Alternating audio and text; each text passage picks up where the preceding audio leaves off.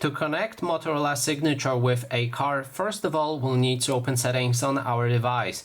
Next step is to click on connected devices, and then we can enter the connection preferences.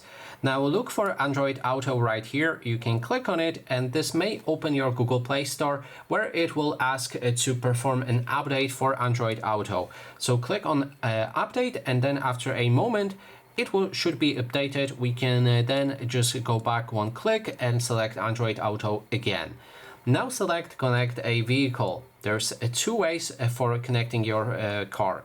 First one is through the cable. If you have a cable that allows you to connect your car and your phone, you can try it, and then if it actually works, you should see a continue for the setup.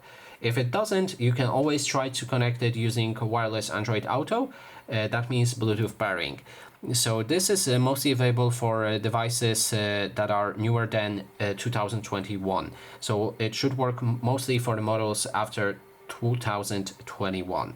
If we select it, we need to enter pairing mode on our vehicle. So make sure to watch a tutorial on how to enter pairing mode on your specific model, and then click on connect using Bluetooth.